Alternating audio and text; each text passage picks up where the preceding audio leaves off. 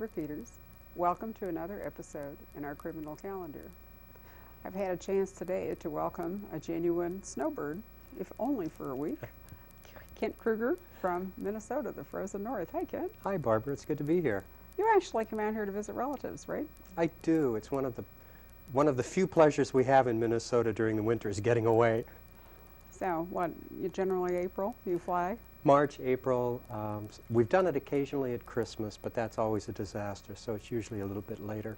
We like to come when the desert is in bloom. That's our favorite time. It is beautiful, isn't it? And this is a particularly gorgeous spring with all the water. Oh, it's been lovely.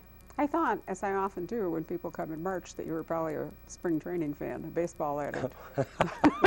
Real baseball. Has absolutely nothing to do with it. Oh, too bad. You know, I grew up in Wrigley Field, and it is so much fun to actually go over to Scottsdale Stadium or go out to Hohokam or whatever and, you know, see baseball the way it used to be. Grass, not too many TV commercials, lots of beer.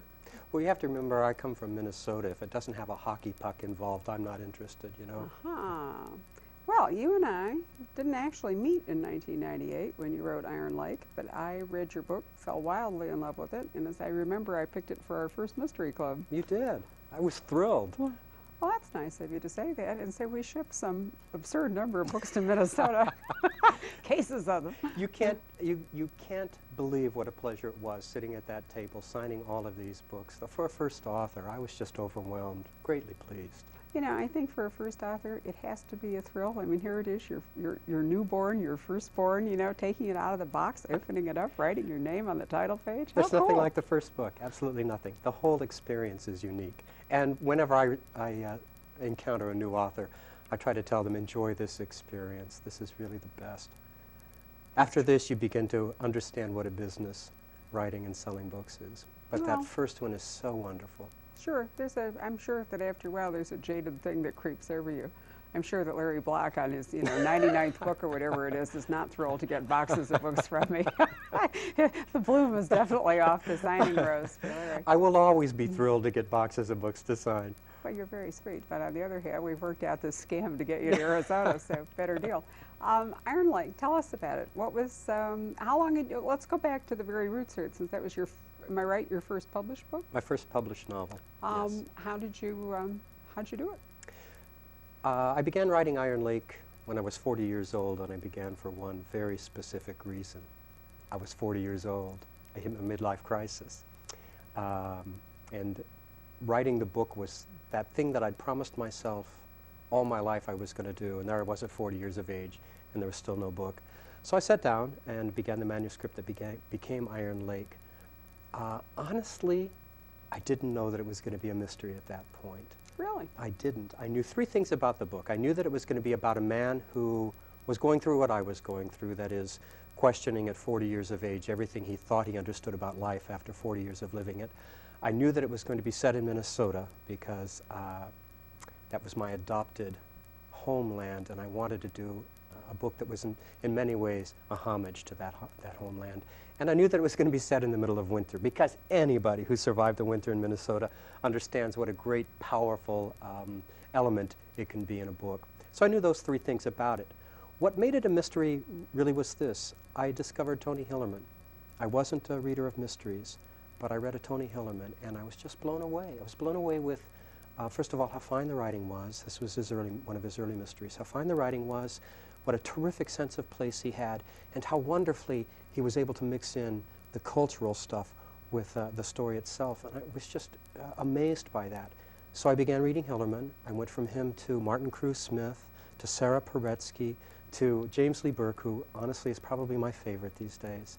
And what I saw were writers first and foremost who were fine writers, and who could put together a pretty good mystery as well. So I thought, shoot, why not give it a try? Now, the other thing that influenced my decision was this. I had a friend who swore to me he knew everything there was to know about the publishing business, and he said, write a mystery. In that genre, they'll publish anything. So I decided to give it a try. Iron Lake was the result. That's an interesting comment. You wrote it, I think, as the mystery. When I started The Poison Pen in 1989, the mystery wave was surging. It was on a, up curve. And it was easy to get published. There were legions of people falling into mystery, from romance and from science fiction, from the historical novel, which was just deader than a doornail, But you can do an historical mystery. I mean, how hard is it, right? Somebody dies in the course of history always, so it wasn't too hard to figure it out. In fact, there's a lot of unsolved historical puzzles that lent themselves very well, you know, to someone. Max Allan Collins does it, I think, very well. Oh, yeah. For the 30s and 40s, you know, Stolen Away, his book about the Lindbergh baby kidnapping and other things. Although most of the time you think historical, you think, you know, back in time further than that. And it was just easy, and there was a lot of camaraderie, and there was a lot of support among mystery authors for newcomers and established writers. There wasn't really much sense of conflict because there was a lot to go around. You know, everybody was doing well. Boy, by the time you came along, it was really on the downslope, and I think that your friend's wisdom was pretty dated. But what a lucky thing that you didn't know that. Well, some things remain the same. Certainly, it was difficult at that point to break into print, much more difficult than it had been previously. For anybody. For anybody, for anybody. But some aspects of that time still exist. The camaraderie, the community. Being a part of the mystery community has been one of the greatest blessings, really, in publishing, because it's a generous community. It continues to be a generous community, and I feel fortunate to be a part of it. So that hasn't changed. No, I don't think it has. And also, the mystery community has put together a lot of machinery to sort of keep it together. Sure. Much more so than any other form of literature. You have mystery bookstores, of which we are now the largest, and I think there are roughly 80. I mean, they come and go, but you know, there's a fair sprinkling of them across the country.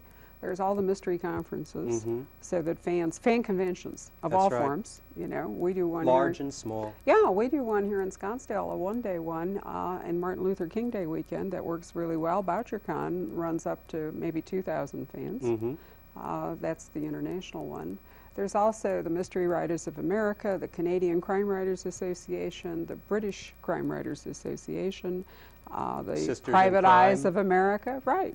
The International Crime Writers Association. There's an established awards tier, you know, the Edgar Allan Poe Awards. So there's a lot to knit it all together. I think romance does well. They have RITA, which I'm never quite sure I understand what the acronym is. It's RITA and it's romance something or other. Thank you. I'm going to be worrying about that all night now. Sorry. But they too have I think, very an excellent association and standards. But it does matter. I think that, you know, the writer, the hapless writer of just general fiction, doesn't have any of this stuff to draw on.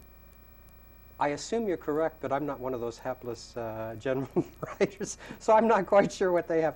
I feel sorry for them if they don't have something like this, because it certainly is a help. When I entered the business, I had an enormous amount of great advice given to me about, this is your first book, this is what you need to do. Given generously by people who'd been there before and were happy to see me join them and to wish me well along the way. Well, it's interesting that you got advice that this was going to be a place that you might get published, and you did certainly fall in love with a lot of distinguished practitioners. Each one of those people that you mentioned has a terrific cultural landscape against which to place a story. Which is exactly the kind of writer I see myself being. Those people appeal to me. Those are the books that I like to read, and it's my firm belief that as a writer you write what you like to read, so that's really what I like to write. I write very significantly from a sense of place. My characters come out of that place. Hopefully the actions that move the story along rise out of that particular place and are unique to that particular place. Although we all deal with murder, we deal with greed and lust and all of the things that motivate the darkness of the books, but still the particulars arise out of that particular place. I love reading a book and feeling like I've been transported to that place. James Lee Burke, for example, is one of the reasons I love reading him is I can smell the dirty rice, taste it. I can smell that fetid swamp where he has his boat shop. I just love that. So that's what I try to do.